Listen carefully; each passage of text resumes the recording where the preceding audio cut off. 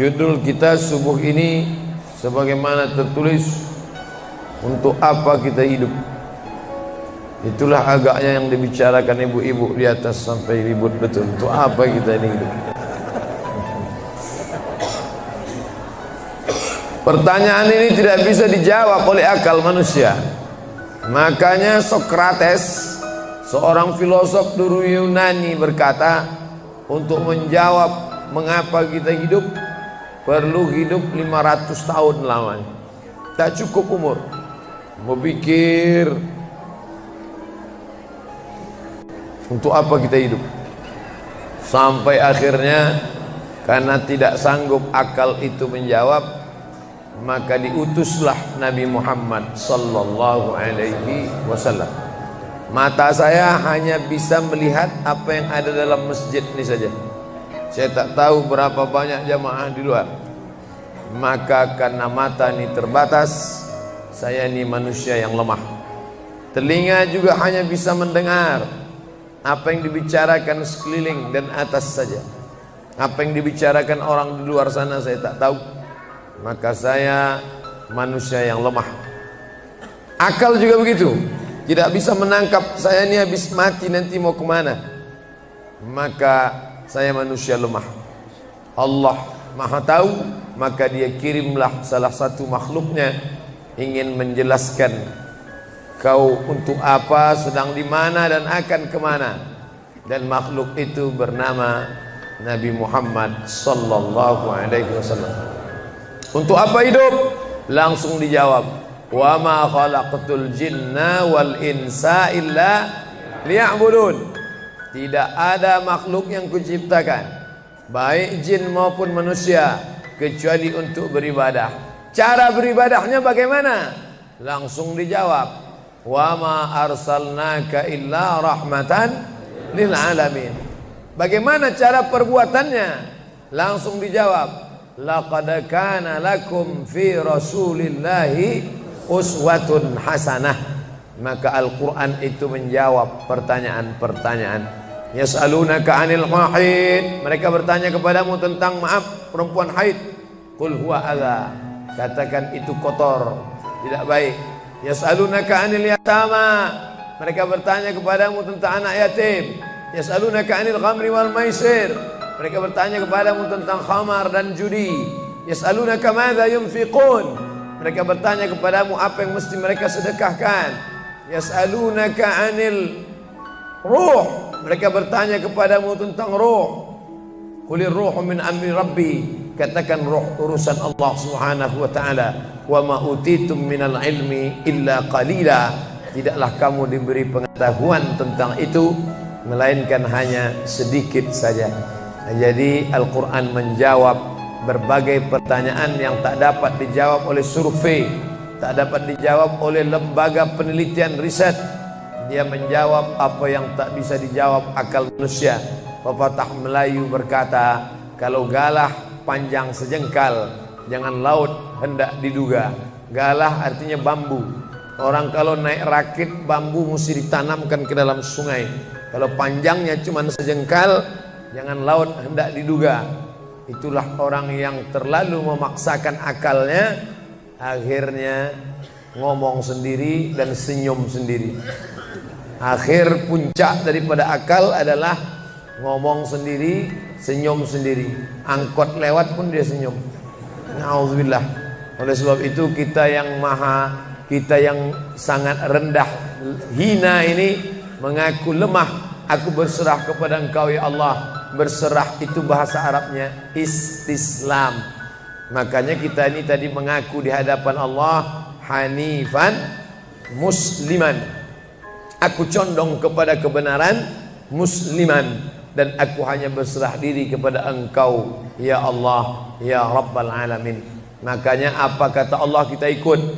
Padahal ini akhir pekan, weekend, maunya santai, tapi kita ikut apa kata Allah Subhanahu wa taala. Bangun subuh ikut.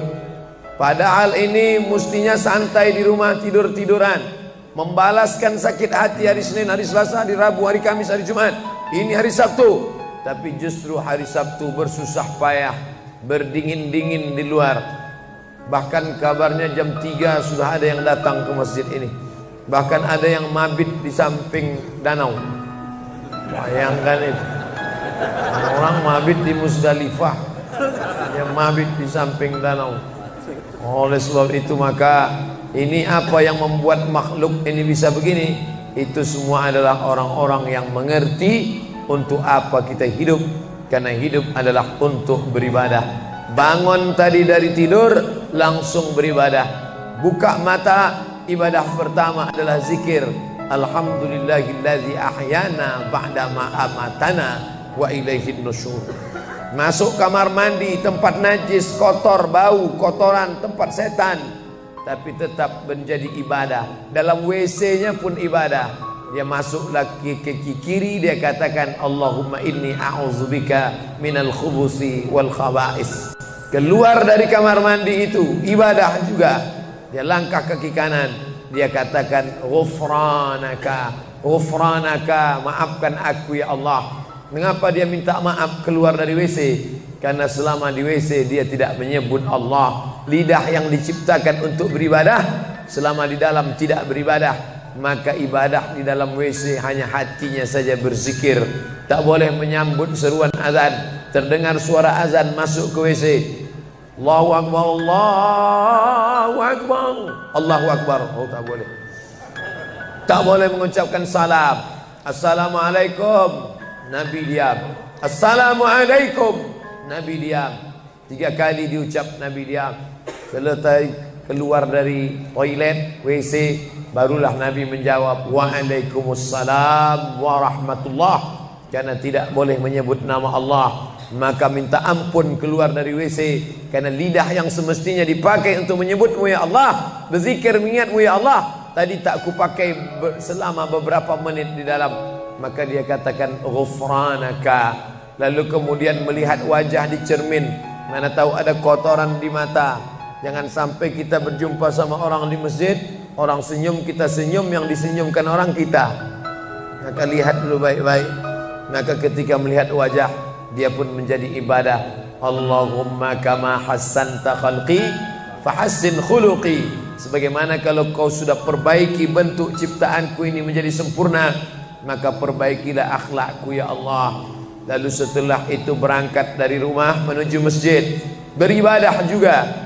Bismillahi tawakkaltu 'ala Allah, la haula wala quwata illa billah. Setiap langkah kaki ke Masjid Al-Qalam ini bernilai 1 langkah menghapus dosa.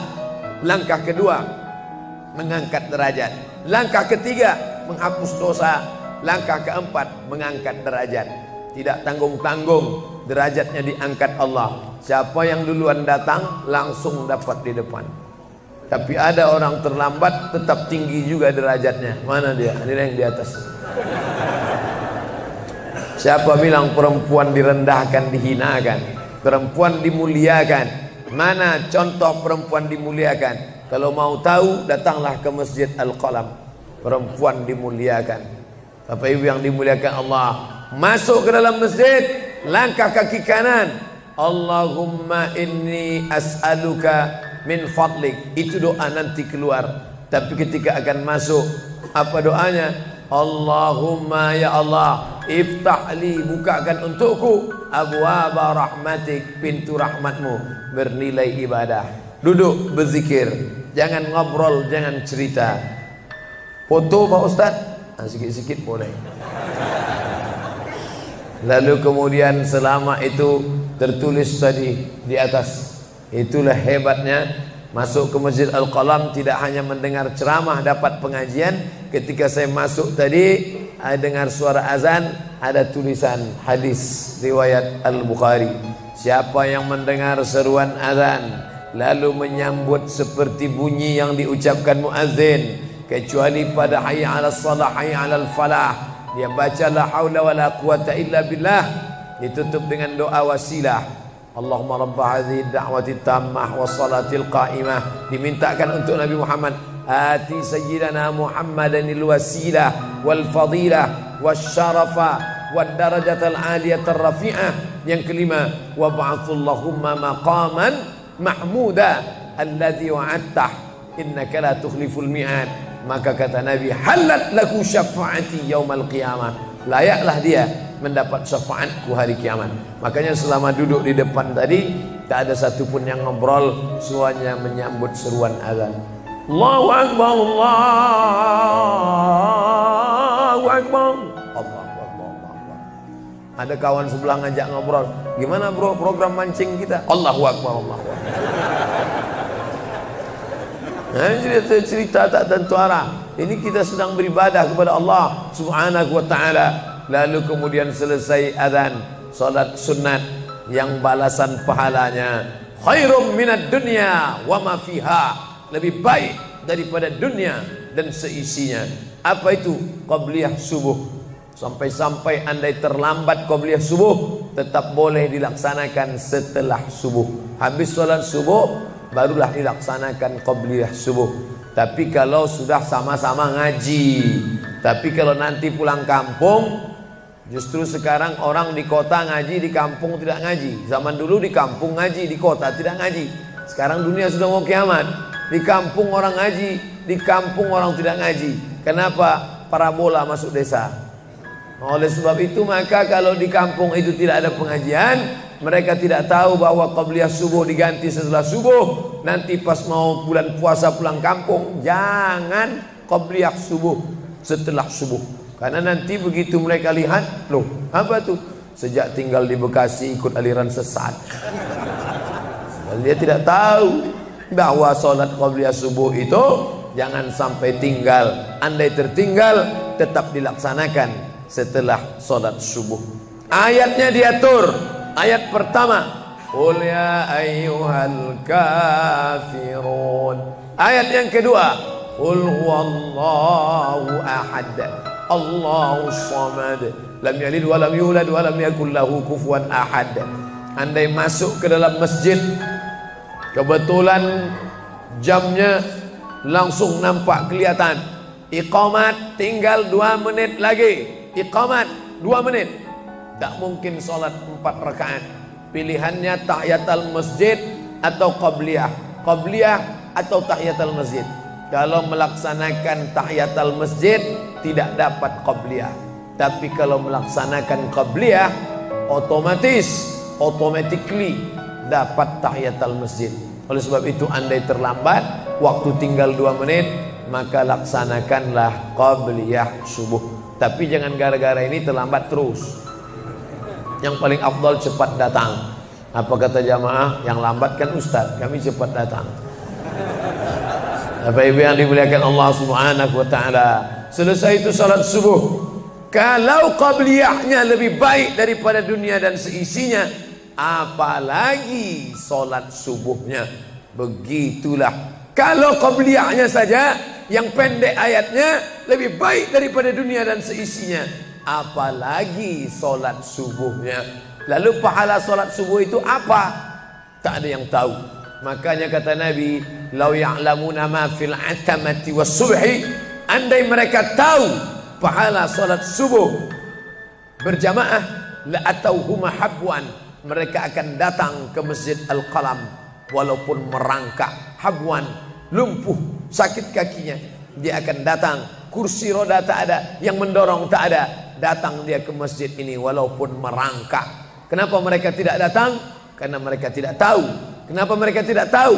Karena mereka memang tidak cari tahu dan tak mau tahu. Dan sampai masanya mereka nanti akan menyesal saat melihat orang-orang mendapatkan balasan.